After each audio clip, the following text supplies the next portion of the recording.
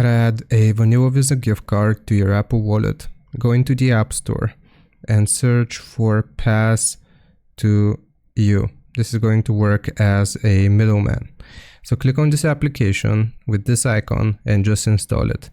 Once you have the app installed, we will click on Open and it should look like this.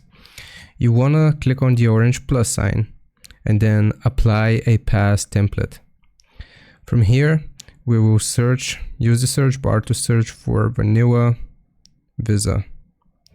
And you should see only one option that has been applied 4,000 times. Click on it, and here's where we need to input our Vanilla Visa gift card information. So we have the card number, the CVV. You can input it by clicking on the pencil icon, and also the balance in the top right, and also you can add a QR code at the bottom. So once you have this completed and filled out with your information, you will click on Done.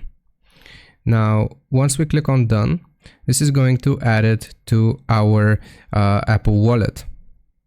Okay, the next step is just clicking on Add, and this is actually going to add it to our Apple Wallet. So if I go back into my Apple Wallet, as you can see, I have the Vanilla Visa gift card here, and if I input my information, I can use it.